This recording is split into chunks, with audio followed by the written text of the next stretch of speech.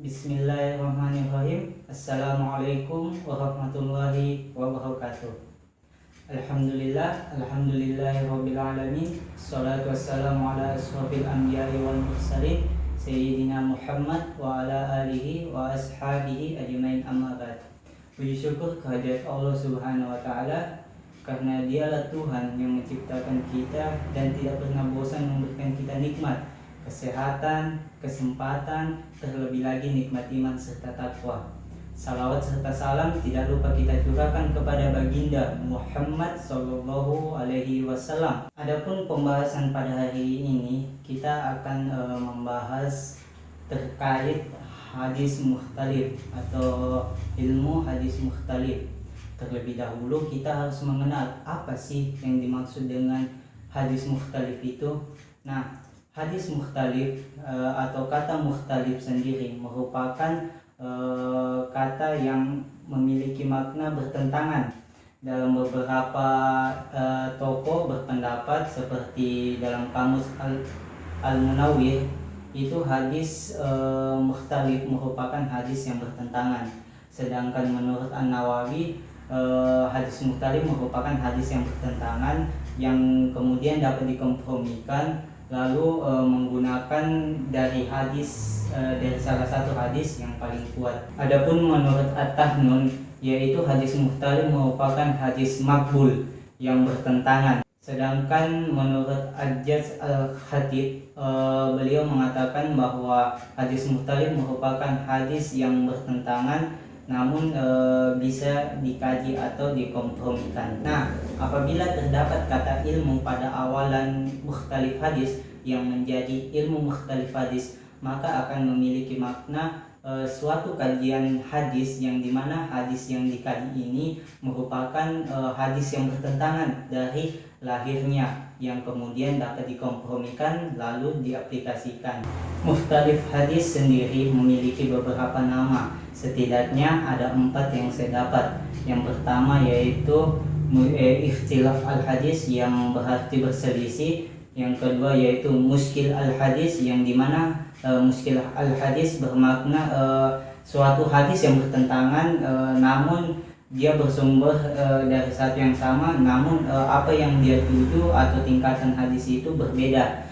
Dan yang ketiga yaitu ta'awil al-hadis, dan yang terakhir adalah ta'arud al-hadis yang biasa digunakan istilahnya oleh kalangan usul fiqh. Adapun objek dari hadis ini yaitu pengkajian terkait sebuah objek baik itu yang bertentangan dengan Al-Quran, hadis satu dan hadis yang lain, bertentangan dengan pemikiran, dan yang terakhir yaitu bertentangan juga dengan sains atau sains modern, yang dimana kemudian apabila terdapat hal-hal tersebut maka akan dilakukan pengkajian dengan beberapa metode yang akan kita jelaskan selanjutnya.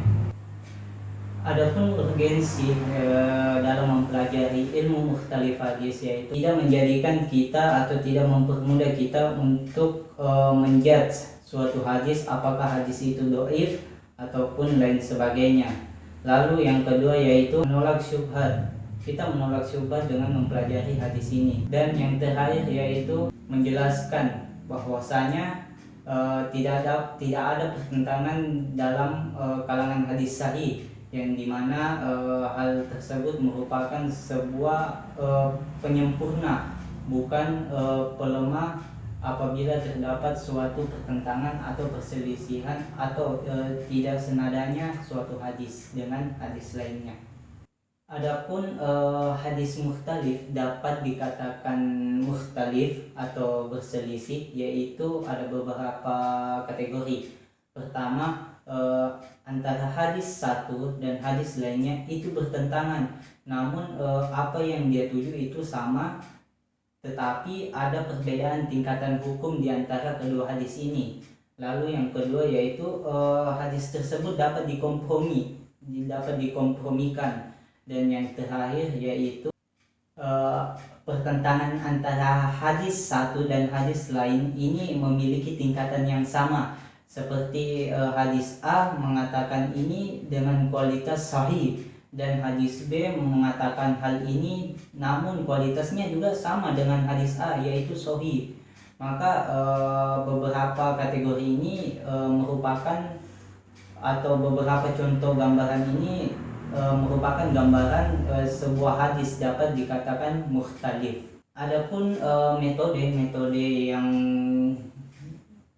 dapat digunakan dalam pengkajian ilmu mukhtalif hadis, yaitu pertama al-jam'u wa taufiq, yang dimana al-jam'u wa taufiq berarti mengkaji kedua hadis ini lalu mencari hadis yang mana yang paling kuat di antara kedua hadis ini, kemudian mengamalkannya dengan pengaplikasiannya. Lalu yang kedua yaitu tahji, yaitu melihat dari sanad atau perawinya. Lalu yang selanjutnya yaitu nasi mansukh, kita menggunakan hadis terbaru. Jadi apabila terdapat hadis yang terdahulu telah turun, kemudian hadis yang baru turun dengan maksud untuk memperbarui hadis sebelumnya, yaitu kita dianjurkan untuk menggunakan hadis terbaru.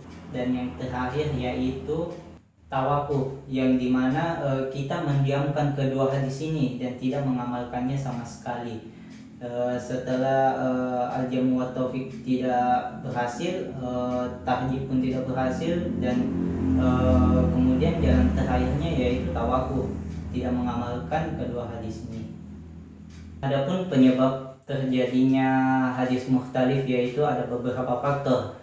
Pertama, internal, yaitu berasal dari sanadnya, dan yang kedua yaitu eksternal, di mana suatu hadis ketika atau suatu kondisi ketika Nabi memberikan hadis tersebut. Dan yang ketiga yaitu metodologi, yaitu cara penerimaan seseorang atau cara penerimaan hadis dari orang-orang tertentu.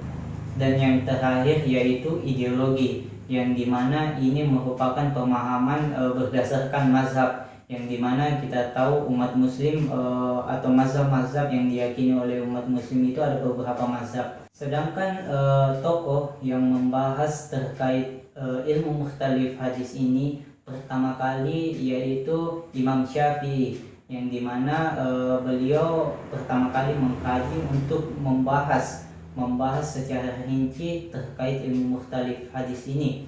Setidaknya ada 2 kitab yang terkenal dari Imam Syafi'i yang membahas terkait ilmu mukhtalif hadis ini. Yang pertama yaitu kitab Ikhtilaf al-Hadis, dan yang kedua kitab Ar-Risalah. Selanjutnya ada tokoh lain juga yang membahas, seperti Ibnu Qutaibah dengan kitab Ta'awil Mukhtalif Hadis, dan yang kedua yaitu Imam Abu Ja'far dengan judul kitab Mushkil Atsar, dan yang terakhir yaitu Abu Bakar Muhammad bin Al-Hasan dengan judul kitab Muskilul Hadis wa Bayanuhu. Nah, mungkin itu saja beberapa poin yang paling penting dalam pengkajian ilmu mukhtalif hadis. Setidaknya kita dapat mengambil suatu hikmah dari pembelajaran ini, yang insya Allah kita mengharap ridho dan rahmat dari Allah Subhanahu wa Ta'ala. Kurang dan lebihnya mohon dimaafkan. Apabila terdapat tutur kata yang kurang berkenan di hati teman-teman, mohon dimaafkan. Akhirul kalam, minallahil musta'an wal yaitiflan. Assalamualaikum warahmatullahi wabarakatuh.